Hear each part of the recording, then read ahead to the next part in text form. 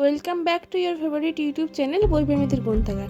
আজকের গোটার ভিডিওর থ্রুতে তোমাদের দেখাবো একটা তুচ্ছ কাঁচের বোতলকে কিভাবে একটা শো পিসে ট্রান্সফর্ম করতে পেরেছি। তো যেহেতু আমার পরীক্ষা শেষ হয়ে গেছে এইচএস, তারপর বাপি আমার আর ভাইয়ের জন্য এনেছিল দুটো আমুল কুল, যেটা ওই 25 টাকার কাঁচের বোতল। তো আমাদের ওটা ড্রিঙ্কটা খাওয়া হয়ে যাওয়ার পর ভাবলাম যে খালি বোতলটাকে এমনি ফেলে দেবো।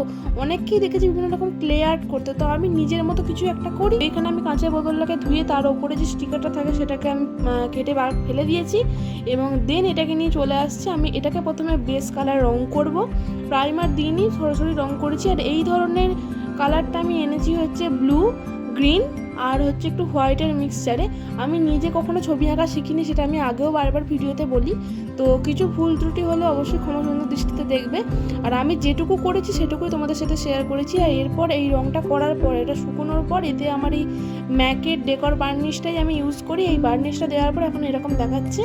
এটা এখন প্রপার রেডি, হাতে লাগেনি, পুরো শুকিয়ে গেছে। আর এর ওপর আমি করব হচ্ছে ক্লে আর্ট।